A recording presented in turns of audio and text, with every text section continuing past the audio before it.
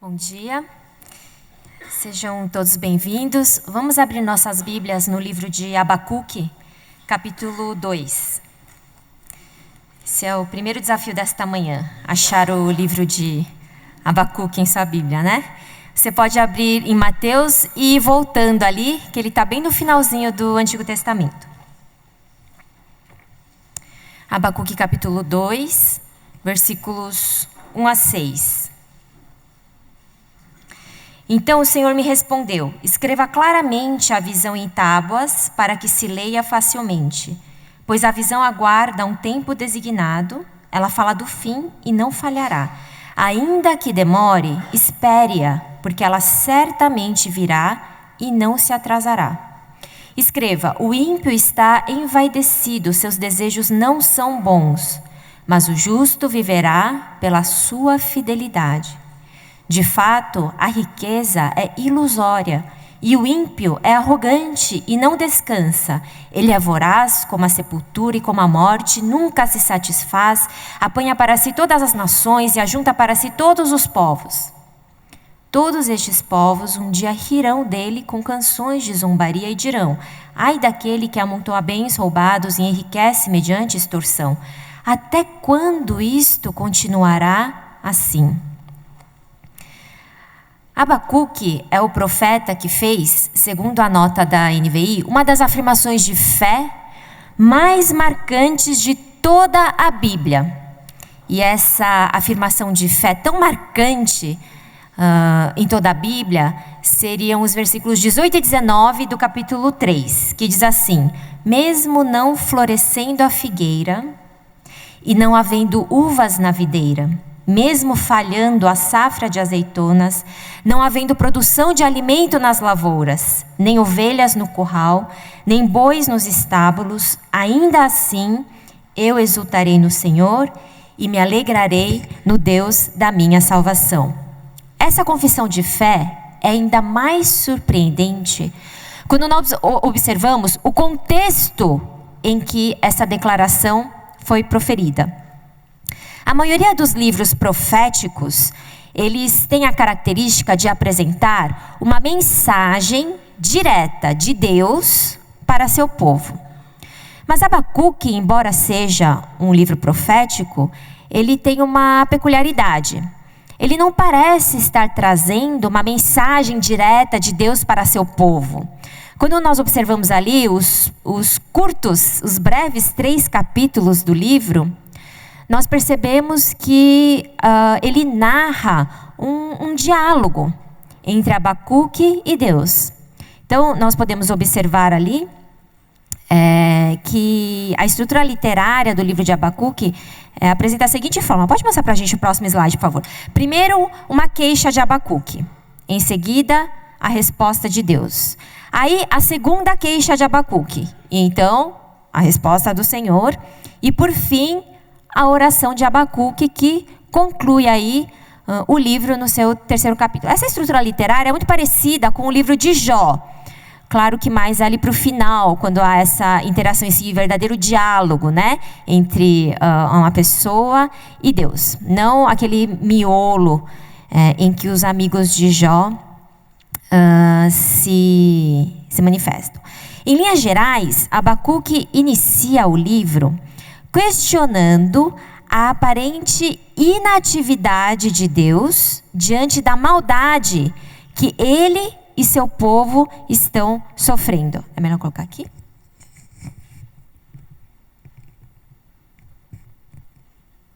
Então, essa expressão que nós lemos no final do versículo 6, até quando, Senhor? É uma expressão que nós vamos observar outras vezes durante esses 3 capítulos. Inclusive, o versículo 2 do capítulo 1 inicia justamente dessa forma. Abacuque está questionando: até quando, Senhor, clamarei por socorro sem que tu ouças? Até quando gritarei a ti violência sem que tragas salvação? Então, quando Abacuque questiona pela primeira vez Deus dessa forma: Deus, o Senhor não está vendo essa bagunça? O Senhor não vai intervir? O Senhor não vai fazer alguma coisa? A resposta de Deus que se segue a partir do versículo 5 É muito interessante, porque Deus vai dizer assim: sim, eu estou vendo, e sim, eu vou intervir. E sabe o que eu vou fazer? Eu vou trazer os babilônios para invadirem aqui e dar uma boa lição nesse povo que se desviou dos meus caminhos. Essa resposta deixa Abacuque desnorteado. Ai, meu Deus, não era bem essa a resposta que eu estava esperando do Senhor.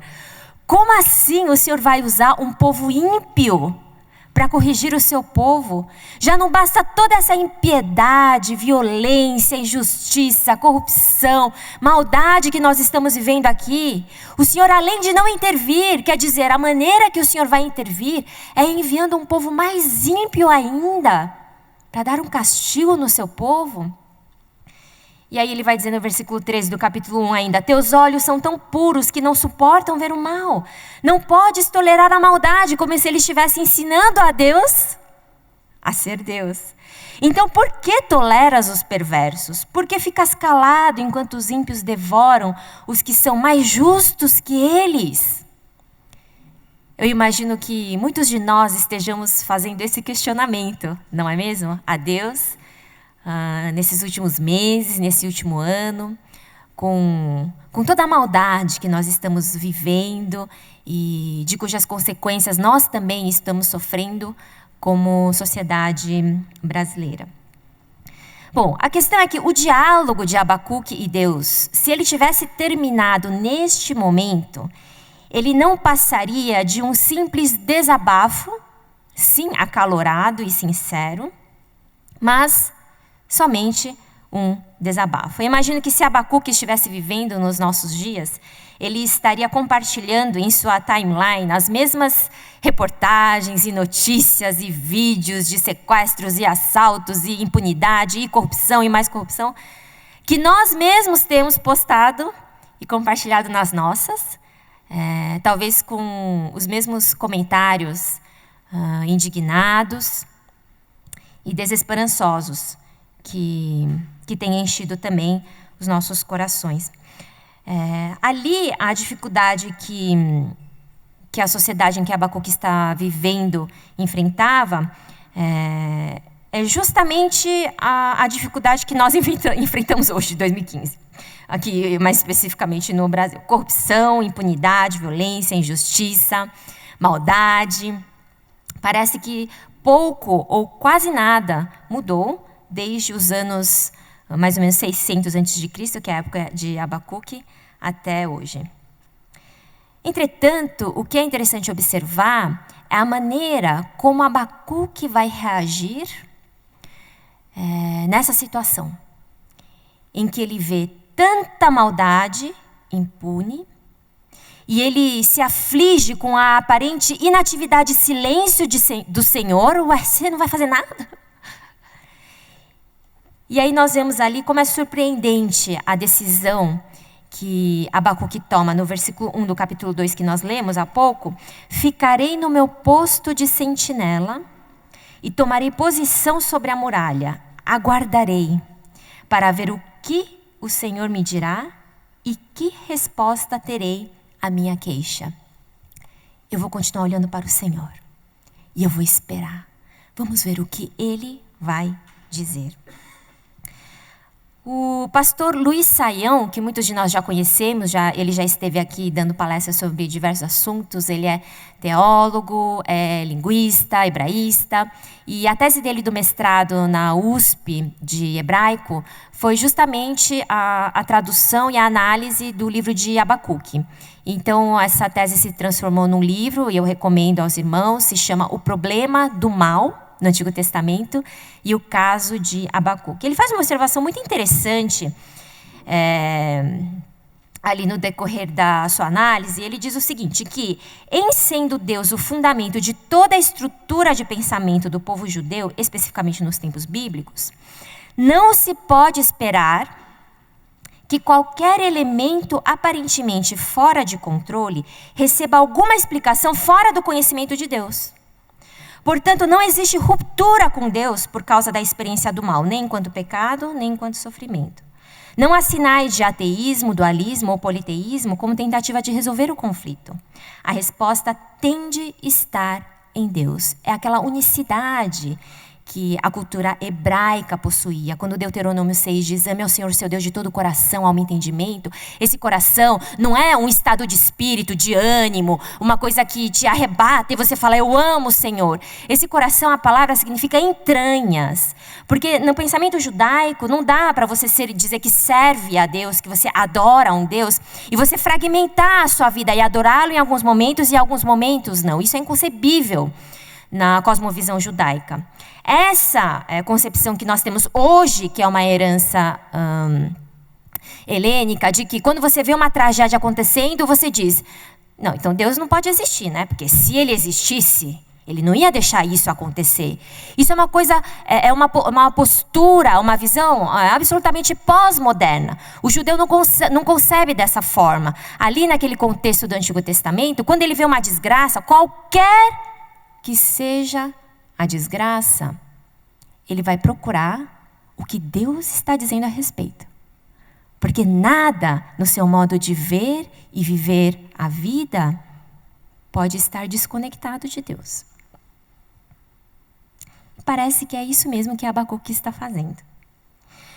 Então nós seguimos no texto e verificamos que, apesar dos questionamentos indignados e aflitos de Abacuque a respeito do silêncio de Deus, o Senhor não está vendo a corrupção? O Senhor não está vendo que o ímpio está prevalecendo sobre o justo? O Senhor não está vendo a exploração, a impunidade? O Senhor não vai fazer nada? E Deus então começa a dialogar com Abacuque. Mas em nenhum momento, por mais que você leia e releia o livro todo de Abacuque, Deus dá uma resposta assim, sabe aquele chuané? Uma resposta satisfatória. Não há. Deus não parece estar preocupado em se explicar. Sim, nós partimos do pressuposto que Ele é soberano, que Ele é bom, que Ele pode intervir quando Ele quiser, que Ele é justo, que Ele é de amor. E a partir desse pressuposto, nós entramos em conflito e crise com as situações difíceis da nossa vida. Os sofrimentos, a violência, a impunidade, as perdas, as dores. E aí a nossa cabeça dá um nó. Por quê? Porque embora nós concebamos sim que Deus é soberano, poderoso, justo e amoroso, nós ainda temos a centralidade de nossas vidas e da vida em nós mesmos. Quer dizer, eu acho que o ideal não deveria ser assim. Porque Deus não está fazendo algo a respeito. Mas o que é interessante, a revelação que o livro de Abacuque nos traz e a postura de Abacuque diante do silêncio de Deus, diante da tranquilidade do Senhor em não estar preocupado em se explicar, é que nós precisamos falar menos para Deus o que Ele deveria fazer e ouvir mais o que nós devemos fazer. Foi interessante ontem na palestra do pastor David Merck, os pais que perderam. Vocês perderam, né? Então fiquem atentos para a próxima. Mas ele apresentou para nós um slide de um adesivo num carro que ele viu, que dizia, que dizia que é uma coisa assim, que muitos querem um mundo melhor para os filhos, mas quem que está preparando filhos melhores para o mundo, né? Essa que era a ideia. E a gente vê isso acontecer em Abacuque também, né? Deus está dizendo que a resposta para toda a impunidade, toda a maldade está no justo. No meio de toda aquela bagunça moral, Deus diz: mas o justo viverá pela sua fidelidade. Ele vai viver conforme a fé que ele tem. A grande questão é: em que está a nossa fé? Porque se a nossa fé está nas circunstâncias, ou naquilo que nós acreditamos ser a melhor circunstância, essa fé, ela é volátil, ela é instável, ela é imatura, ela é frágil, ela não é verdadeira. Ainda que você diga que seja sincera. Porque a verdade é diferente da sinceridade. Isso daria uma outra pregação.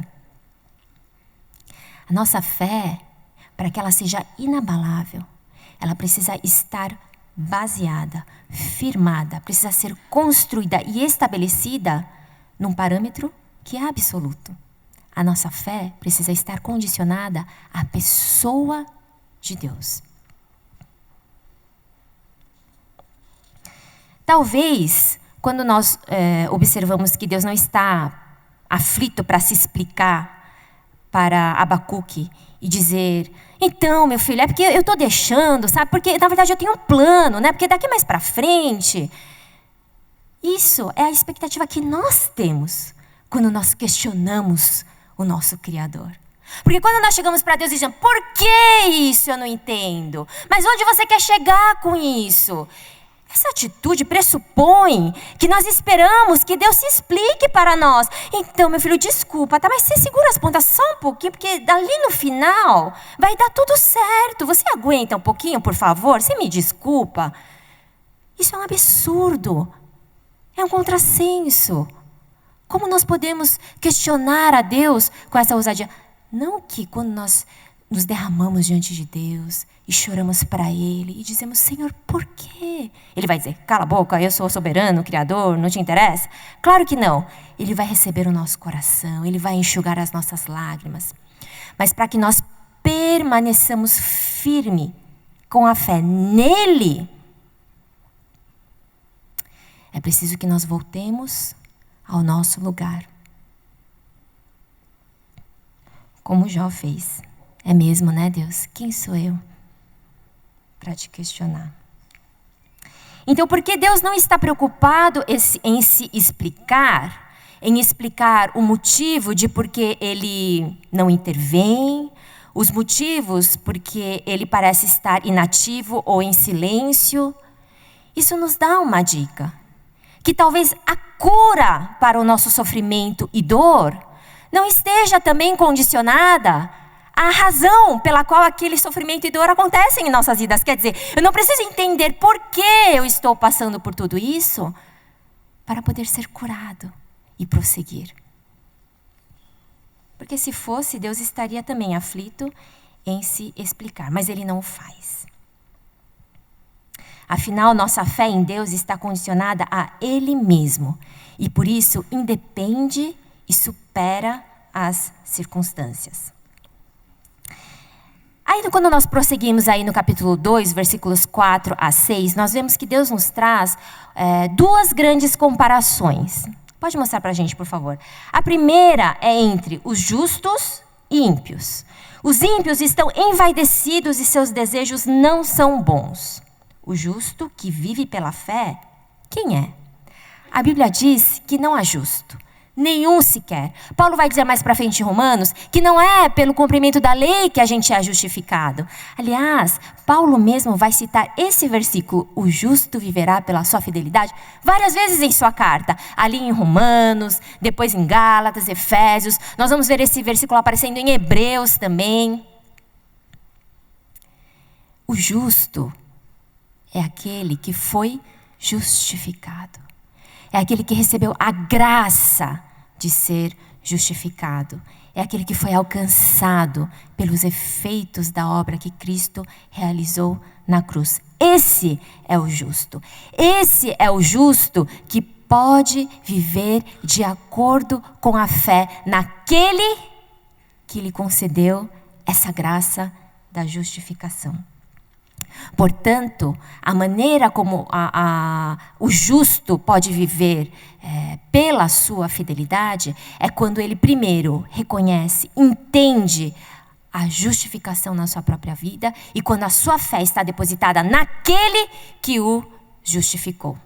Todas as outras coisas, se Deus me ama, não vou ficar doente, se Deus me ama, ninguém vai morrer, se Deus me ama, não vai ter tragédia, se Deus me ama, Ele vai fazer essa crise no Brasil passar, se Deus me ama, tudo isso não tem nada a ver com Deus, na verdade.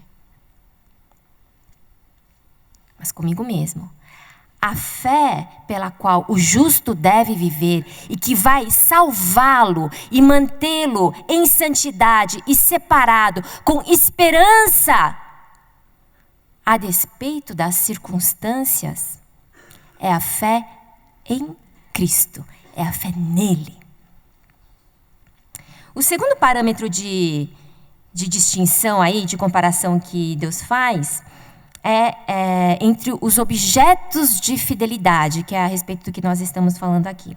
Então, enquanto o justo viverá pela sua fidelidade em Deus, o ímpio segue em busca de riqueza ilusória, correndo freneticamente para acumular para si, ainda que à custa de roubo e extorsão. Então, quer dizer, o Deus que o ímpio serve, que está em seu coração, é a riqueza.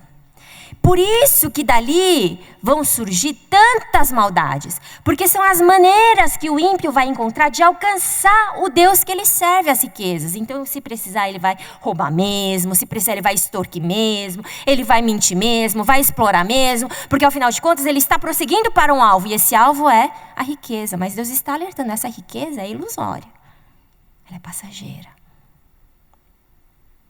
O justo não, o Deus que ele serve é Deus, o nosso Criador, é Cristo.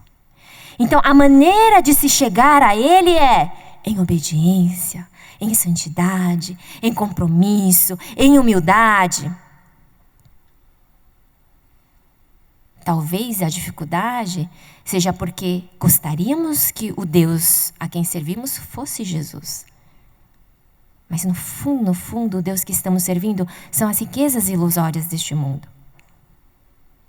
E aí, à medida que nós vamos caminhando cada vez mais nesse caminho e vamos vendo nossa vida se corrompendo, nós ficamos em crise porque pensamos, poxa, mas eu quero chegar para Jesus. Por que a minha vida está ficando pior? Talvez tenha que voltar e tratar, de fato, quem é o Deus a quem eu sirvo. Pela fé em quem eu estou vivendo.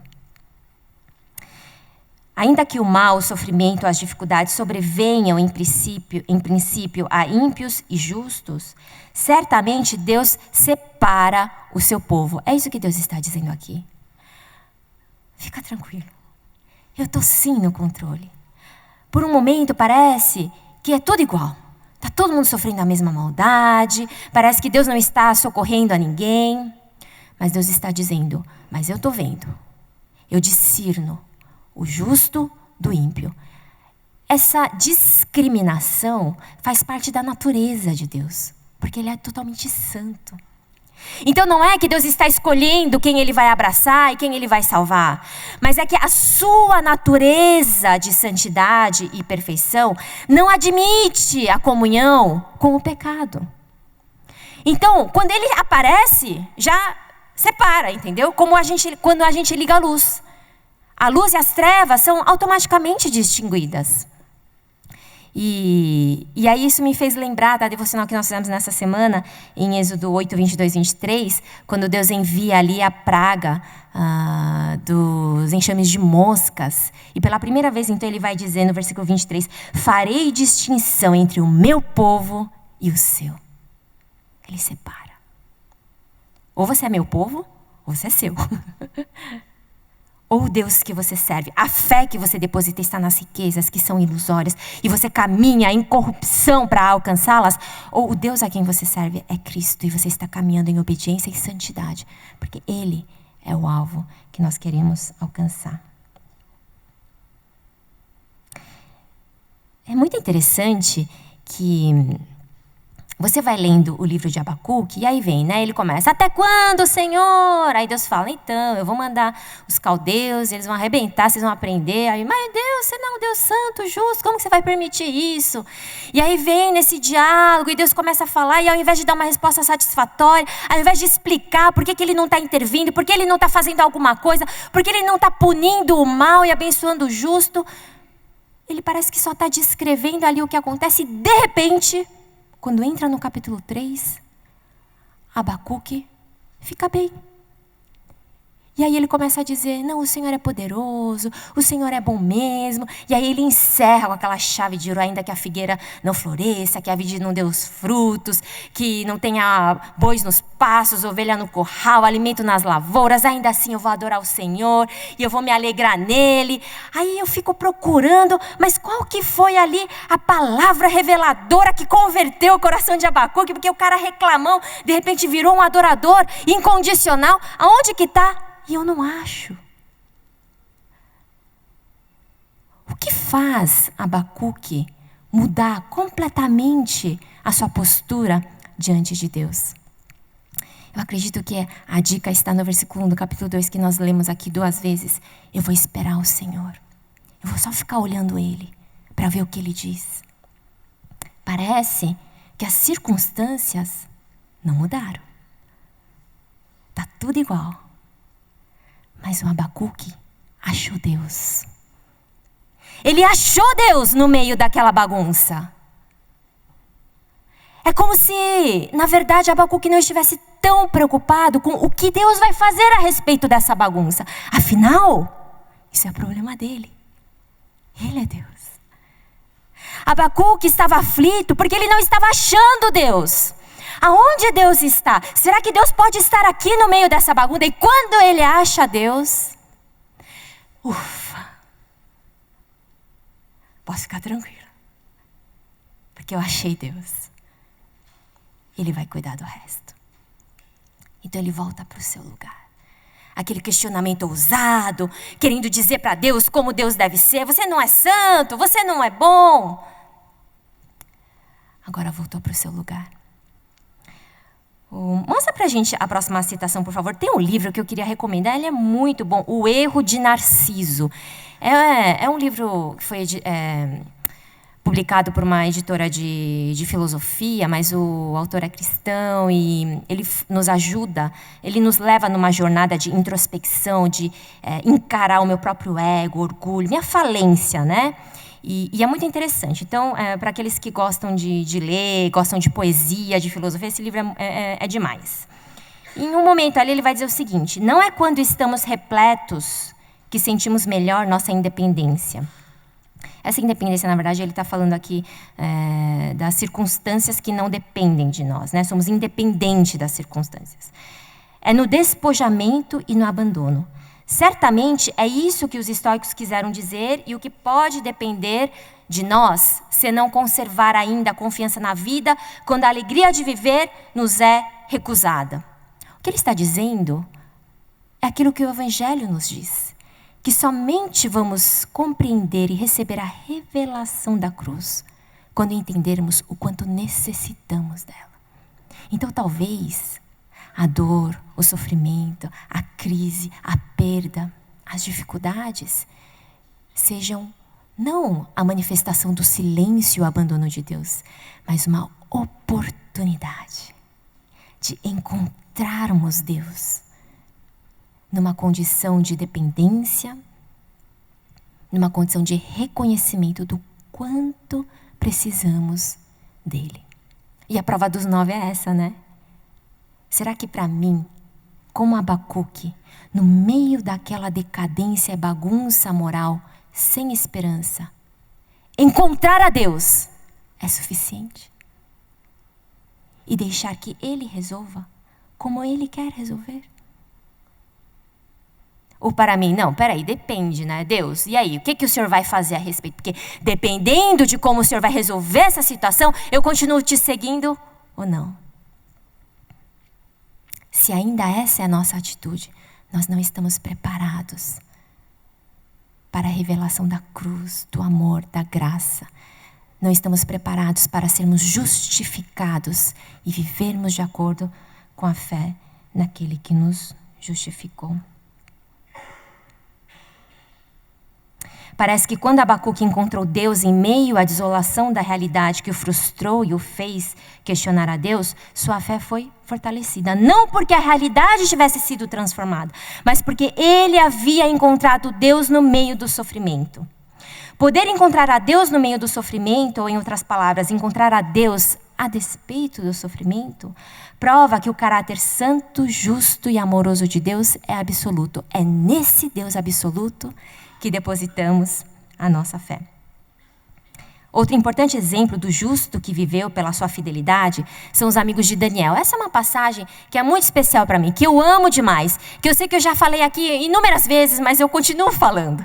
É aquele episódio em que Sadraque, Mesaque e Abednego, eles são ameaçados de serem jogados na fornalha, porque eles não se curvaram à imagem de ouro de Nabucodonosor. Naquele momento, eles vão dizer o seguinte: ó Nabucodonosor, não precisamos defender-nos diante de ti. Se formos atirados na fornalha em chamas, o Deus a quem prestamos culto pode livrar-nos. E Ele nos livrará das suas mãos, ó Rei. Mas, ainda que Ele não nos livre, mesmo assim a gente não vai se curvar a você. A gente vai continuar sendo fiel a Deus. Ele pode nos livrar, mas mesmo que Ele não nos livre, nós vamos continuar sendo fiéis a Ele e não vamos nos curvar a você. Aleluia. Quantos de nós podemos fazer essa confissão nessa manhã ao Senhor? Senhor, eu só preciso te achar. Tá difícil o negócio. O negócio parece que está piorando. Eu sinto que o Senhor está a parte de tudo isso. Eu só uso o seu silêncio. Mas se eu te achar, para mim tá bom. Afinal, o Senhor é o caminho, a verdade e a vida. O Senhor é a ressurreição e a vida. É o Senhor quem me leva ao Pai. É no Senhor que está a salvação. O Senhor é tudo o que eu preciso. Quantos de nós podemos fazer essa confissão a Ele nessa manhã? Só preciso te achar, Deus. Ai, se o Senhor vai intervir, se o Senhor vai punir quem tem que ser punido, se o Senhor vai resolver a situação econômica desse país e política, não interessa. Eu confio, porque o Senhor é Deus. O Senhor faz o que o Senhor quiser, isso é problema seu. Mas eu preciso te achar. O pastor Saião conclui então a sua análise a respeito do problema do mal e do sofrimento que aparece no Antigo Testamento e mais especificamente no livro de Abacuque, afirmando que a obra de Abacuque sugere que o sofrimento não é impedimento para a fé em Deus. No caso de Abacuque, inclusive, o sofrimento teria conduzido o profeta a uma fé maior. Não o sofrimento propriamente dito, porque passar por sofrimento sem Deus endurece os nossos corações. É como aconteceu com o faraó. A cada vez que o negócio ia apertando, que a crise ia aumentando, o faraó ia ficando com o coração mais e mais endurecido, porque ele não estava olhando para Deus. Mas nós, que temos o privilégio e recebemos a graça de sermos seus filhos e filhas, em qualquer que seja a circunstância, qualquer que seja o sofrimento pelo qual nós estamos passando, ou já passamos, ou que virá, nós podemos subir na muralha, ficar em sentinela e aguardar ao Senhor, encontrá-lo, ouvir o que Ele tem para dizer e continuar caminhando, tendo sido justificados pela fé naquele que nos justificou e esperando. Porque Deus diz que vai demorar, mas não vai falhar. E Ele vai vir. E Ele já está separando o justo do ímpio.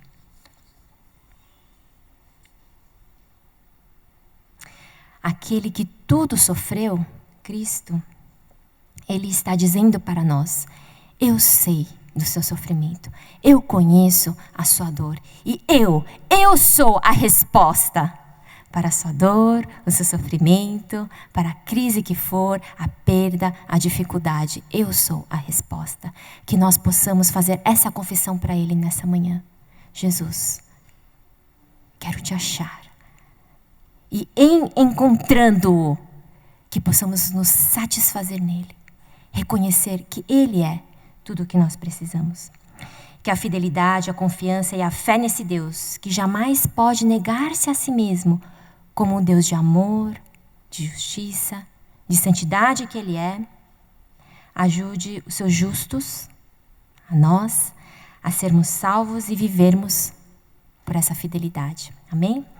Vamos fechar os nossos olhos? E eu gostaria de ter um minuto de oração para responder àquilo que o Senhor nos fala nessa manhã.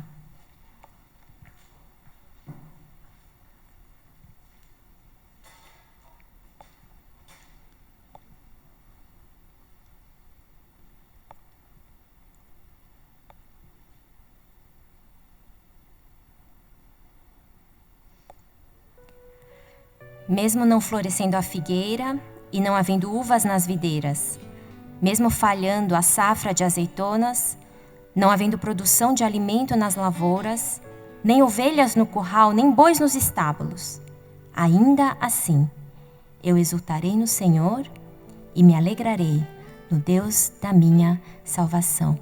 Que esta seja a confissão da tua igreja, Pai, hoje e sempre, em nome de Jesus.